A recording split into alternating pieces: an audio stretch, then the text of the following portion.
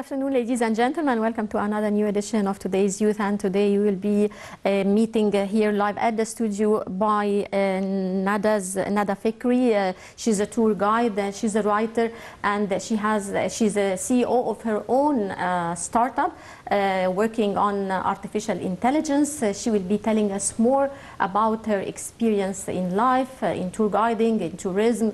Thank you very much for joining us, Nada. Well, thank you for having me. Nada, to start with, you've been studying and lived for a while in Kazakhstan, and then and Saudi Arabia also, and then you moved to Egypt. So living in two different cultures or three different cultures, how did this affect you? Well, I was born and raised in Saudi Arabia. I studied there till high school. I finished my high school there, and then I moved back to Egypt. After graduating from college here in Egypt, I traveled to Kazakhstan with my parents. There I worked in different fields.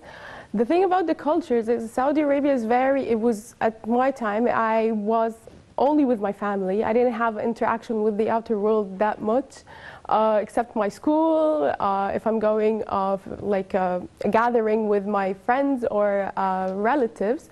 And then when I came back to Egypt, Egypt is more open, more vibrant, there's more life. You feel like that you could move around freely, kind of, if I can put it correctly.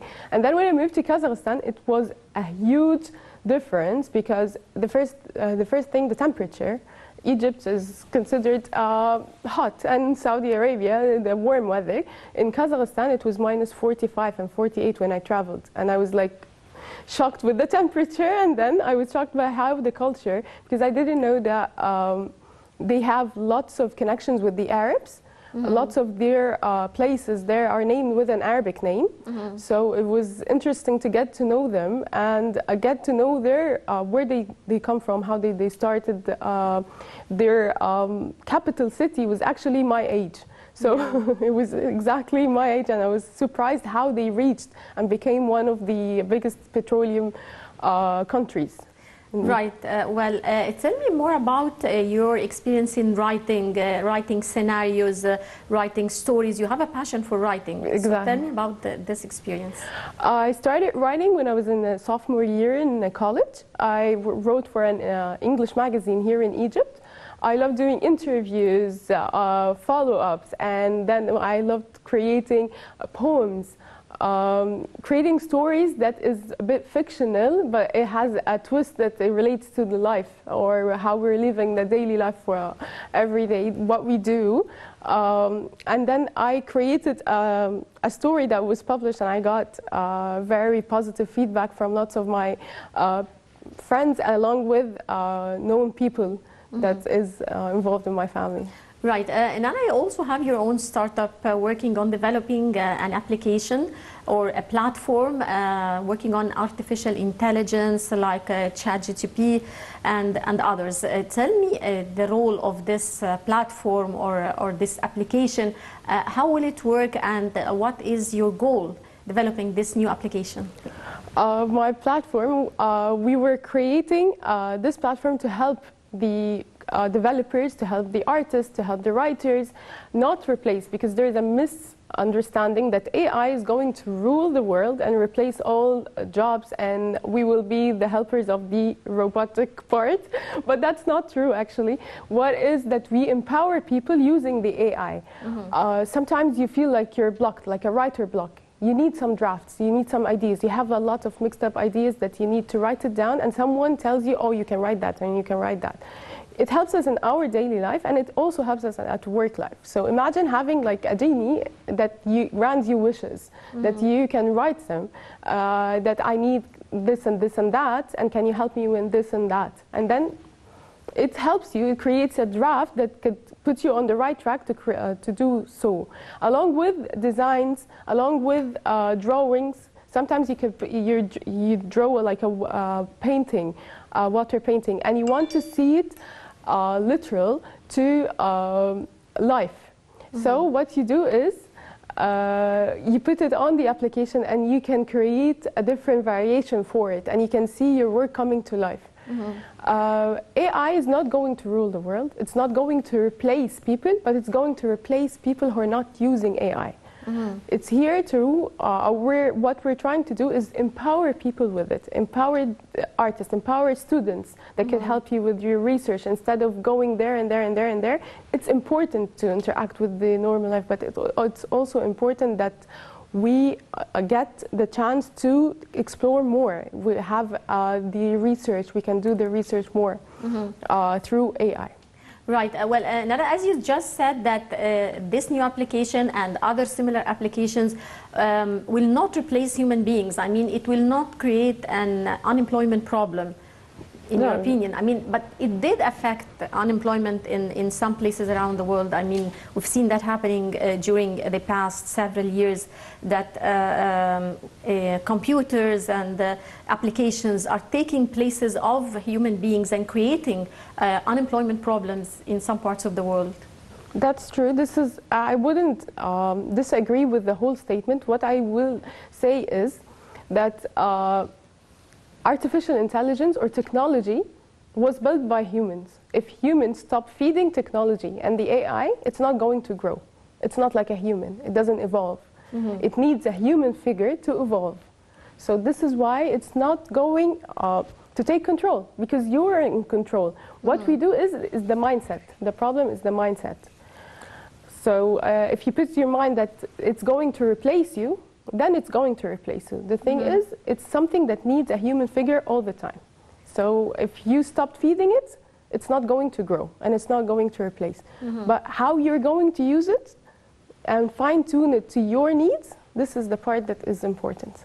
Right. We're going to go to a short break and we'll be right back to talk more about artificial intelligence, AI, as it is, has its impact.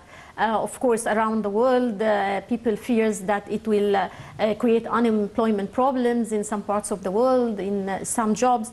We will be talking more about that after the short break.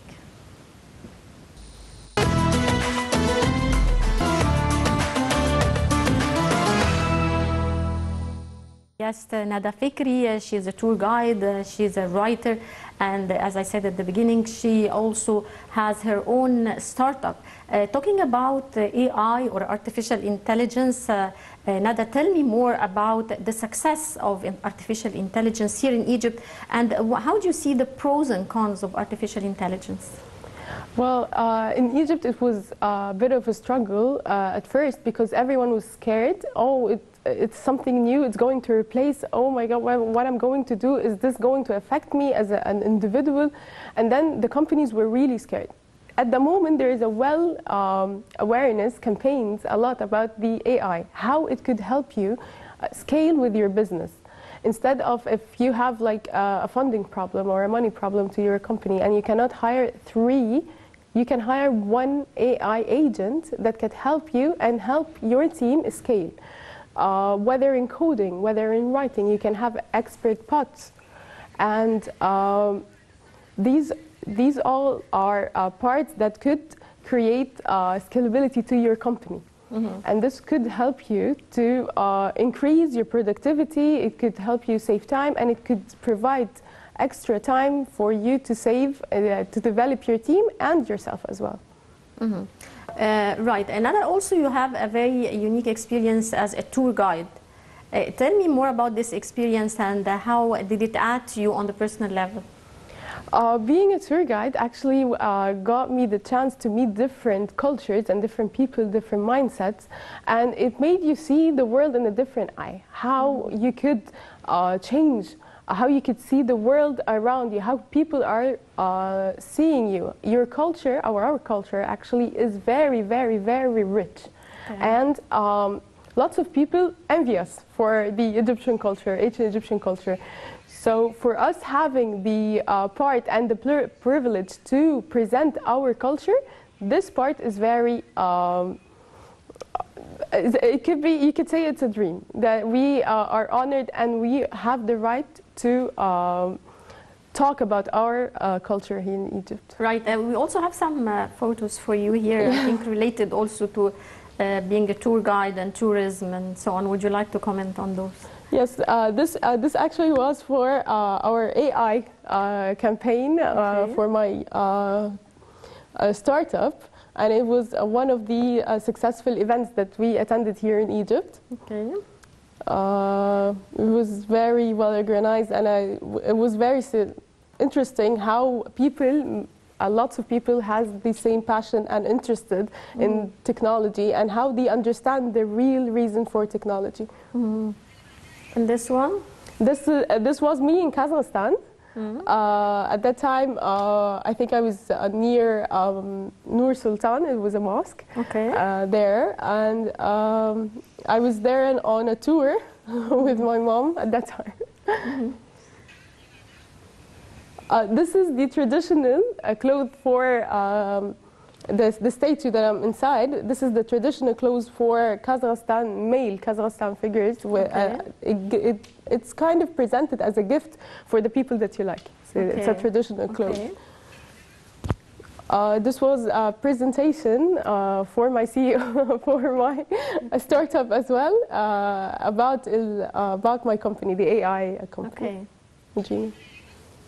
This is Kazakhstan. This is a museum that has some of the ancient Egyptian artifacts as well, and it had the pyramid shape. Yeah, it looks like the pyramids. Yes, it was very interesting. They had even in front of it the waterfall, like the Nile. So they had the presentation of the ancient Egyptian look and feel for this museum. Yeah. This is the Opera House in Kazakhstan as well. This is Kyrgyzstan. Okay. Borders between Kazakhstan and Kyrgyzstan. I was there for an interview with the embassy there, Egyptian embassy. This was in Alexandria. It was also a technology summit. This was actually the day we launched our new project. It was very successful. Right, next. Okay. That was the last one.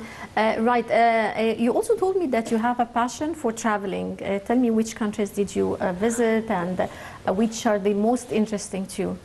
I've been to China, a place called there Urumqi.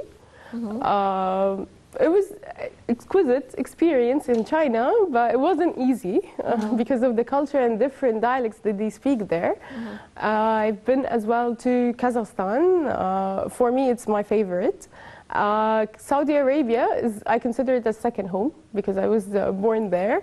As for my upcoming traveling, most probably I'll be going to South Korea at the end of the year, because I'm into Asian culture. I love Asian culture. Asian culture, yeah. Yes. You learned the Korean also. You told me that you were a tour guide in the Korean language. Yes, English and Korean language. I've learned the Korean language actually first year I learned it by myself through the internet.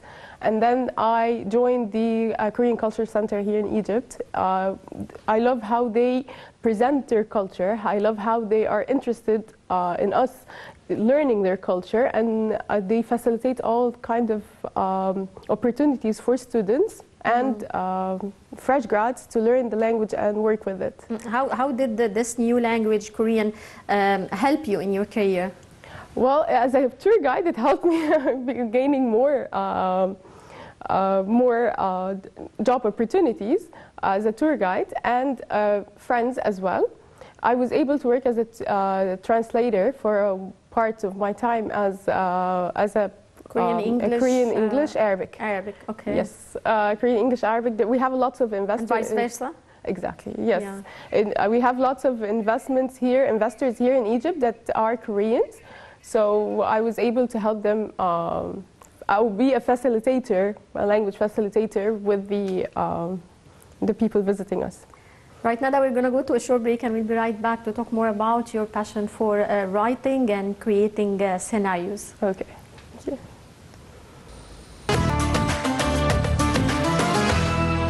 Welcome back, and back to you, Nada. We were talking also about your passion for writing, creating your own scenarios, and this is a very important hobby. Up till now, you're not yet a professional. Tell me more about this hobby. Well, I love, like I said, writing very much. I love writing poems, stories. I love doing articles with people, learning about their experience. I like fictional rom-com, but mostly fictional and thriller. I like to write different scenarios or different actually stories that are related to daily life. It feels normal to talk about it and to feel it could be related to anyone who reads it.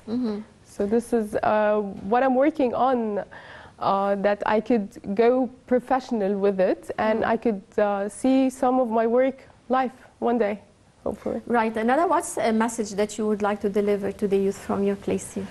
Well, oh, okay. What I want to say is nothing is impossible. It's never too late to start or have a career shift. I have tried different careers. Until now, I still I love what I do, but I still am searching for the thing that it will state, this is me. This is Nada, this is who I am. So never give up. It's never, most people that were successful writers, they started at the age of 40-something, 50-something, so it's never too late. Don't say that I don't know what to do, you have to try. When there is a will, there's a way. That's exactly. Right, thank you very much, Nada Fekry, tour guide, writer, and also a CEO of a private, it's not a company actually, it's a startup. Yes. All the best of luck to you. Thank you for having me. Dear viewers, that brings us to the end of this edition of today's Youth. Many thanks for watching, and don't forget to join us next week, same time. Thanks, goodbye.